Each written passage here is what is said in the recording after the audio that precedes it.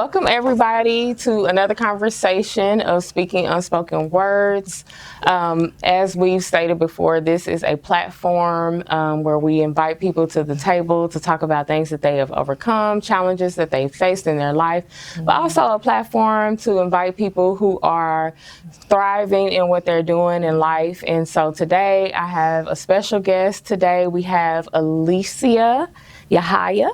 She is the owner and operator of Open Minds Child Development Centers in Kansas. And so we're going to talk to her about her journey of how she's done in business, being a successful businesswoman, and things that she's had to face in reaching her dreams and reaching her goals. And hopefully we can provide some information here that can help you to and encourage you to go forth with reaching your goals. So welcome. Alicia, and thank you for being here. I appreciate you coming to the table today. Thank you for having me. Yes, absolutely. So we want to get started from the beginning. Okay. I want to know about you. I'm going to be in your business. Okay. So tell me about your background. Where did you grow up? Do you have siblings, or your only child, your parents in the home? Like, tell me, who are you? Where did you get started? Yes, so I grew up in Kansas City, Kansas. Okay. I am an only child. Okay. My mother raised me. Okay. My father passed away when I was 25, so that was a really traumatic experience. And I don't know, we had just finished college. And where'd you graduate high school? I went to Sumner Academy. Okay, awesome. So great educational background there with Sumner. Okay. Yes, yes, definitely.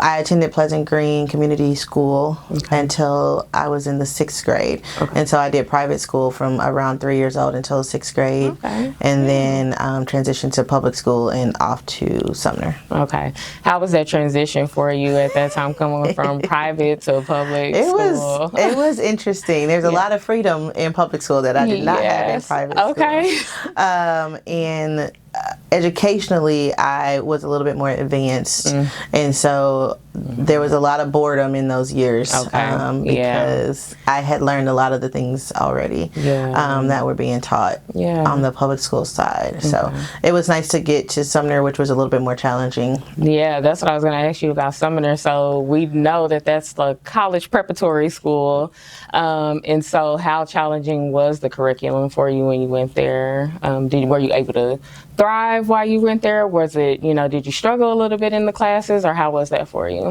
I was able to thrive. I would say that some of the classes were challenging, but appropriately so. Okay. And then if you were not challenged enough, you could advance to AP classes or IB classes to kind of increase that challenge for students that were ready. So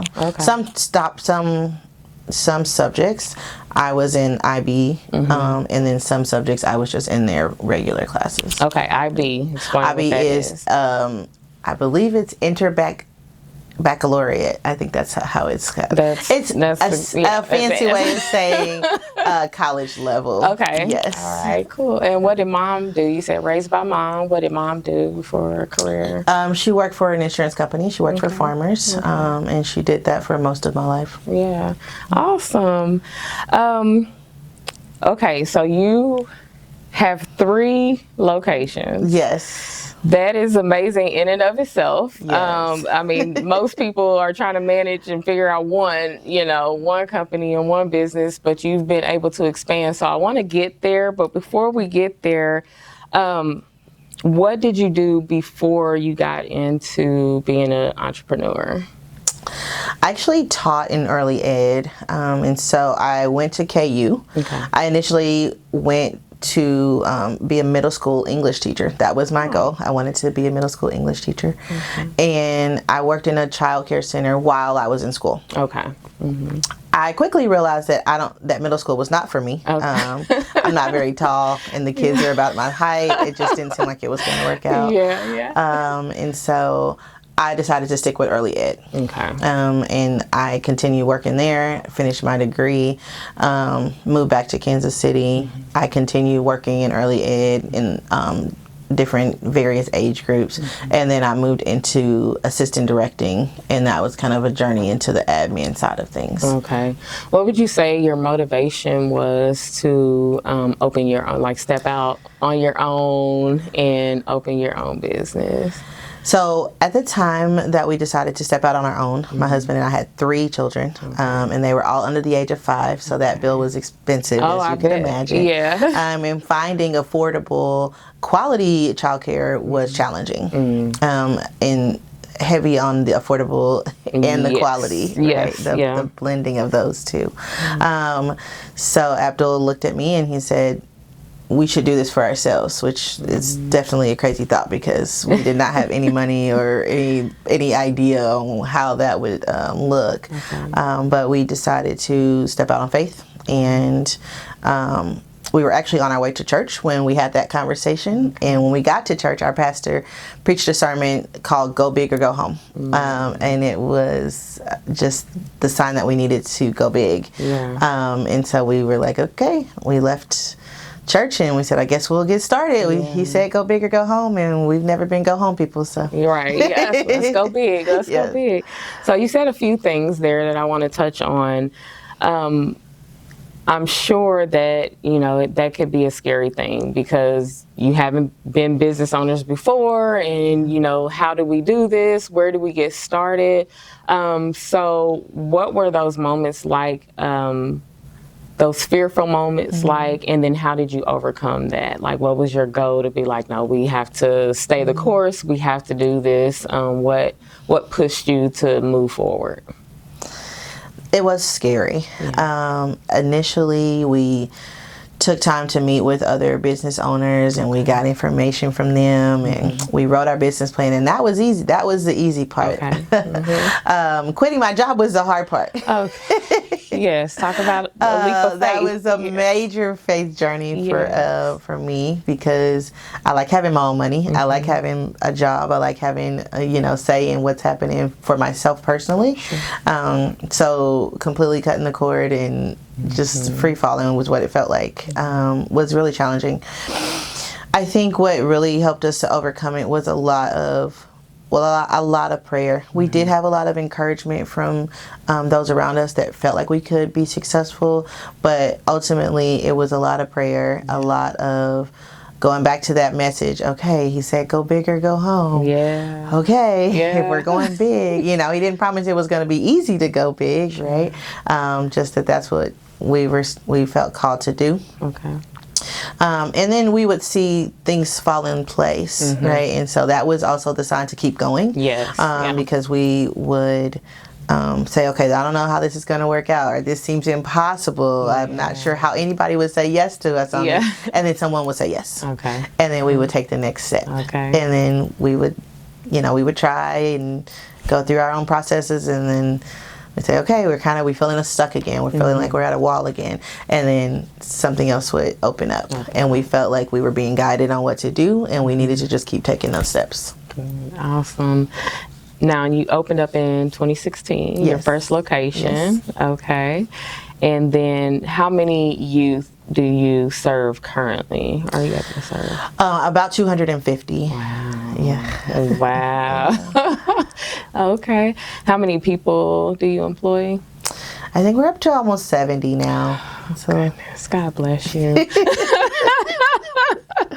God bless you.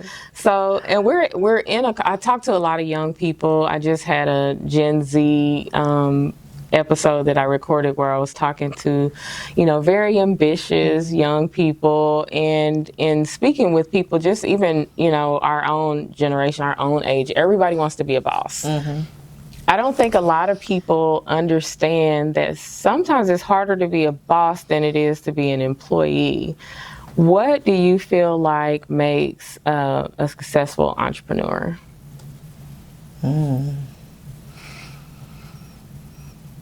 I think I would say what I kind of look at is being humble, being willing to learn. I call it servant leadership at work. Really being willing to serve other people. It is more challenging to be a boss. It is no longer about you. It's no longer about really what you want in terms of the things happening at work. Sometimes you're a little bit out of your control. And the things that you have to give in order to get a successful business or employees may not be what you wanted to give up, right? Oftentimes I'm working on the weekends. I'm the one, taking care of the really gross jobs that sometimes they don't want to do.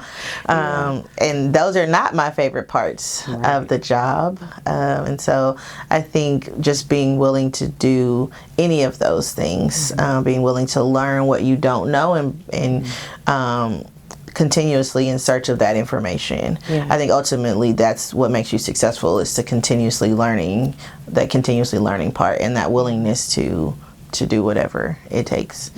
But that's often understated. People say, I'll do whatever it takes. And I'm like, is whatever it takes cleaning the toilets? Is whatever it takes getting out of your comfort zone? Is it whatever it takes working 7 days a week? Because that's often what entrepreneurs are doing. And I love, you said servant leadership. I love that, and being humble. I think those two things, being willing and open to learn, I totally agree with that. And I think that you can take that in anything, whether you're an employee or a boss. I think you have to always challenge yourself to be open to learn if you want to go to the next level. So I think, I totally agree with you on that one. So someone's watching this and they're like, oh my gosh, this is what I want to do. I want to open a, early learning center, a child development center. How do I get started? I may not have the funds or the money. Are there different grants, loans, investors? What's the best way for someone to get started? How did you get started in your company? We took a long road. We were not initially able to get bank loans. And so we did a combination of things. It was fundraising with our family and friends. It was taking out credit and things like that. I think one thing I would say now that I've been in business for 8 years that I would do differently is to seek some of those loan opportunities earlier. Not that we didn't try, but we didn't understand all the avenues that were available to us. We didn't understand some of the things that we could do differently that would make us more advantageous for a bank, things like that. So now that we know those things, I would definitely work hard not to spend my own money, because we definitely did strike out spending a lot of our own cash and tying up a lot of our own credit, like our personal credit. And that made it very difficult. We did hit a block after a while because we had extended ourselves so much. So I would definitely encourage, and I know that sometimes taking out a loan or being in debt to someone else can be scary, and it can be concerning if you're starting a business and you're not sure how successful it's going to be, and then you may be taking on this debt and then not really sure if you will be able to pay it back. I obviously don't recommend taking out money that you don't think you can pay back. But I do feel like making sure that you utilize your resources in a way that allows you to keep that cash on hand, use a loan or some other way of paying for that, whether that is raising money, grants, or fundraising, or even bartering with other businesses is a big thing that I think is often overlooked. And we forget that is kind of the foundation of our small businesses, right? So seeking out other vendors that may be willing to barter for services so that you can get started a little bit smoother. That's good. That's good. What are some of the most challenging parts of being a boss? I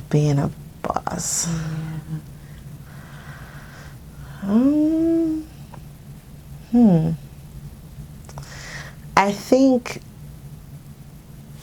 the most challenging part, of being a boss would be learning to communicate in ways that everyone can receive it. So good. That's so good. I think we always think we're communicating, and it's, but how it was received, or if it was received, I think is the biggest piece of that. And that is most challenging because you often employ people from various walks of life, various age demographics, various religious demographics, race, all those things. And so those words mean different things to all the people that you're talking with. So I think ultimately, I'd say that's probably the biggest challenge is being willing to acknowledge that maybe you said those things, but maybe you didn't say it in a way that that person could receive it, and learning different styles to do that. What I hear you saying a lot is being in a leadership role, running your own company, you have to be flexible. Very. Okay. Extremely flexible. I know for me in childcare, no 2 days are alike. And so I taught, and so as a teacher, most teachers will probably tell you, you have to be ready for the unexpected. There's always something. You never know what a child's going to do. So I think I'm just conditioned to always be moving around, always be changing, always be flexible. But as a boss, you do still use that skill. Because now you just have a bigger classroom, right? But you still have to be flexible in figuring out what everyone's needs are and how to meet them. Now you mentioned a word earlier, your faith. You talked about working with people, who are employed by you, who have different faith than you do. I had a conversation recently with a dear friend of mine who owns her own law firm. And we were just talking, and she's like, I just met with this potential client, and anywhere I go, any room I step in, I'm going to talk about God. And I'm telling her, what role has your faith played in you being a successful business owner?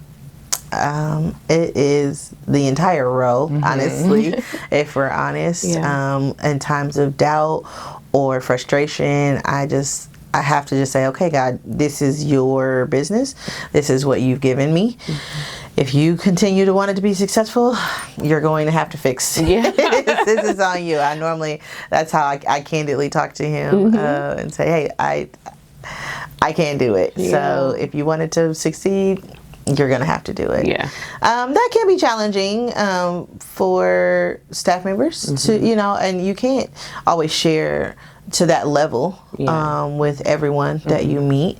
I do think that even my staff that maybe have a different religious or religious viewpoints, I think they see how I carry myself, and they see those moments of stress and how I'm resolved to continue or that we will be successful. And I do think that they are able to see that faith in the way that I carry myself in the business, even if I'm not sharing it with them directly. Being an example, just in how you talk to people, how you interact, how you care for, How do you define success at this point?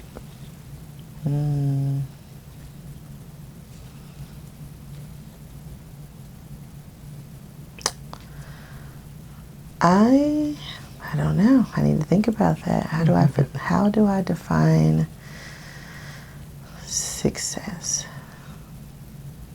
I think that's one thing with a lot of people that I talk to, like yourself, that you're in it. People from the outside looking in, they're like, wow, she's successful. She's got it. She owns this company. We would assume are making a decent lifestyle for yourself, and so a lot of people look at that as success. But when I ask that question to people who the outside would look at as being successful, it's a really hard question for them to answer. Do you feel that you've accomplished all of your goals yet and what you set out to do? I don't. I think it's always changing. I think that may be why it's such a difficult question to answer, is that what I would have said was success when we first opened our doors. I would say I've reached some of those goals, and then I would have to imagine, well, I'm not done with this yet, right? So then what does that next step look like? And as I continuously look at that and we continue to evolve, I think, okay, then success, the meter kind of moves, right? The needle moves. What does it look like today? What do I anticipate that looking like in the future? So I think that probably is why it's really hard to define. But I think overall, I would say success to me is just being comfortable with where we are. And I think as entrepreneurs, sometimes it is difficult to be comfortable in the space that you're in. You're always thinking about the next step or something like that. So really enjoying that moment where you currently are and being comfortable there would be a piece of that definition.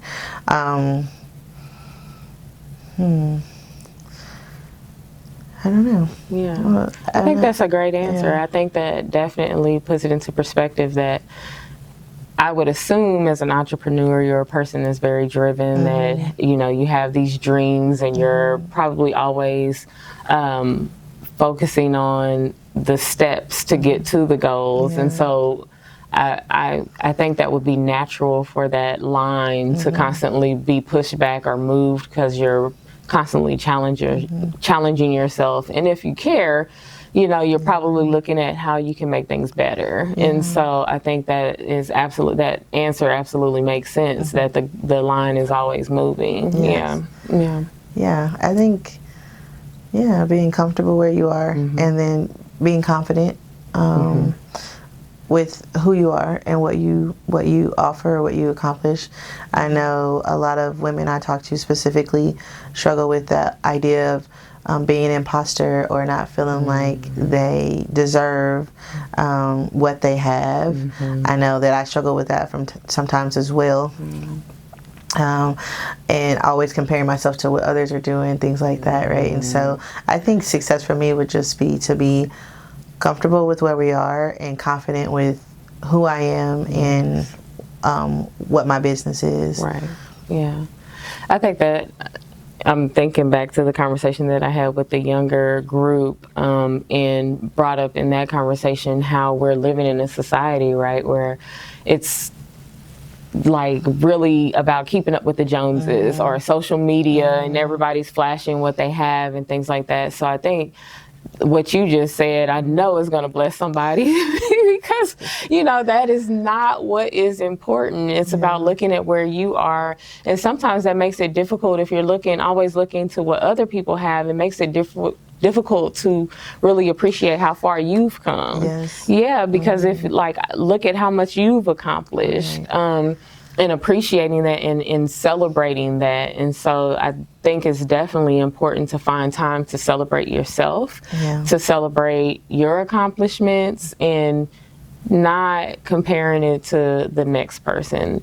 And I think one thing for me that I always say, there's always going to be somebody out there that's doing more or better than what I'm doing. So, you know, it's good if you use it in a sense to, I played basketball, so, you know, I have I'm an athlete, so there's always this competition or competitor in me to, you know, want to do better. But I use it, I think, in a way where I had a friend just thinking in college, and I was partying and not making my grades, and they're like, this is not okay. I'm an academic All-American. You need to do better. And I'm like, okay, I'm going to show you. And so, you know, I challenged myself to meet my own personal goals of trying to do better. So if you're using it in a way where you're looking at someone as a goal of how you can challenge yourself to do better, then I think you can keep it into perspective. But if you're constantly just always trying to keep up with someone else,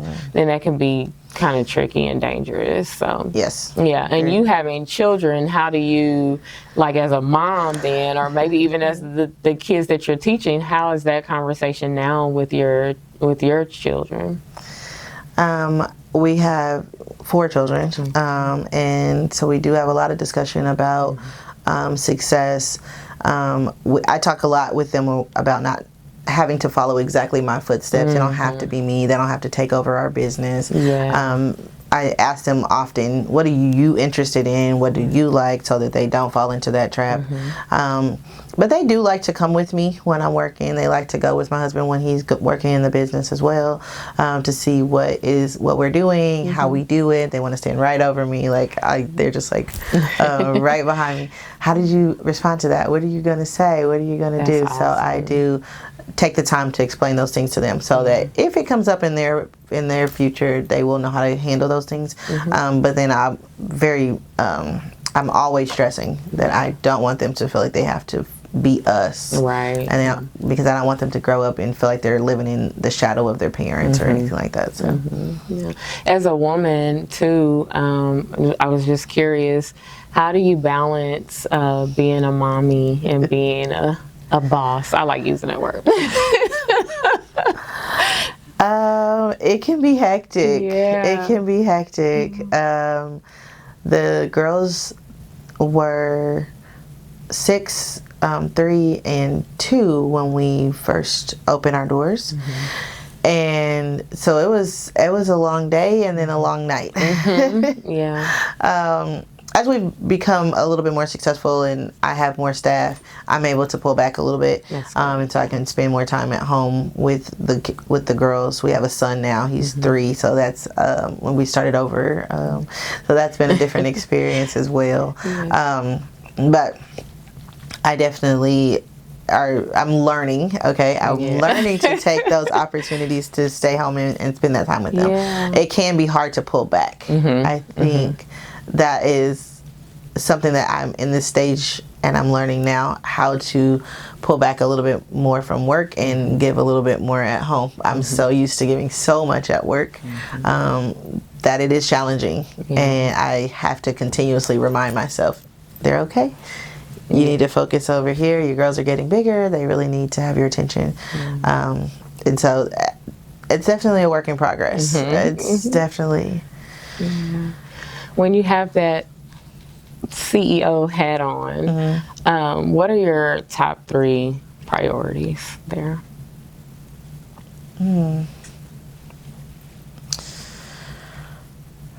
I would say that my specific focus is typically on the experience that people are having with us, whether that is staff, whether that is the students, whether that is the parents. And so I'm always looking at those aspects. I would say that is where my passion is, and that's where my expertise is. What my husband and I realized was that we needed to come into business together, because his passion and expertise looks a lot more like processes and procedures and the financials and things like that. And without each other, we were going to be too heavily dependent on one thing and not having enough of a balance. So I would say personally, I'm focused on those 3 aspects of the experience for our families. Now, we mentioned this before, but I wanted to go back to it just to make sure we covered everything there. We talked about, I had a very specific question about challenges that you may have faced during your journey, or just in, your day-to-day, and that wearing that head as a leader. You mentioned coming in about learning the lesson about using your own money versus other money. Are there other challenges that you've faced or that you've had to overcome in your journey of getting to where you are today? I think that imposter syndrome, or feeling like an imposter, is probably the biggest piece of that. That reflects in everything that you do, whether it's how you price your product, whether it's how you present yourself, how confident you seem to potential clients, things like that. I think all those things kind of like play a big piece of that. And if you get to the root of, okay, how I'm feeling, why I'm presenting myself in that way, you can typically overcome a lot of the other little things. They seem more minor once you realize what the root of it is. I would say that's probably the biggest piece that we've had to overcome. Once we move past that, then it's easier to ask your neighbor for help, or reach out to someone else, or be more persistent with a bank or anything like that you need to do once you understand the value that you have. Yeah, and that goes back to confidence. Yeah. That's that word that you use, having confidence in yourself and believing in yourself. Yeah. That you deserve to be where you are. Yes, So, yes. yeah. What advice would you give to someone who's thinking about following in your footsteps? I think the first thing I would suggest doing is to take stock in what your actual talents are. I think often we think we can do all of the pieces, right? You can't host the podcast and run the video and all the things, right? You need someone that is well versed in each of the areas. And if that's not you, I think you have to be honest with yourself and then seek those partnerships out. Often we think, oh, it's too expensive, I can't afford someone to do that. Maybe you can't afford like the top level person to do it, but there are different levels to everything that you do. And so perhaps you can at least afford the introductory person or something like that. Those things make running your business less challenging when you're not relying on yourself to be an expert in everything. You can't possibly be an expert in every area. That is important. Yeah. Oh, you've learned so much in your 8 years. You dropped a bunch of jewels for us today. So I mean, that has been awesome. And I think that the information that you have shared with us, I mean, partnership, that's a good place to end on because, you can't be everything. A lot of times in my conversations, I talk about how important it is to have a village, to seek out your village. And so that word, like ending on that word, partnership, making sure that if you're looking to going into business, you can't do it all on your own, making sure that you're surrounding yourself with people who are helpmates, with people who, even if they don't understand your vision, or love you enough to support your vision. And making sure that you're walking in step and keeping the confidence to accomplish the things that you have in your heart or that you have been called to do. Everybody's not going to understand it. Everybody's not going to get it. But have confidence in yourself and keep your eyes on what it is that you've been called to do. So I thank you so much for being here today, for sharing your wisdom and your knowledge with us. And is there anything else you want to share that we didn't touch on? Look, putting you on the spot. I'm like, I don't know. I don't know. I mean, you've given us a lot. So I definitely appreciate you being here. And I appreciate what you've been open to share with us today. So, well, thank you for having me. Yes. It was a pleasure. Yes, absolutely. Now, and if people wanted to try to hit you up for a job or see if they can get their kids in one of your 3 facilities in Kansas, how can they reach out to you all? Yes, so our website is www.openmindscdc.com, and we can be reached there. There's lots of avenues on the website to connect with us in various ways. Okay. Well, thank you so much. Until our next conversation, remember to speak your unspoken words. You never know who you might inspire. And we will see you next time. Thank you for tuning in again today.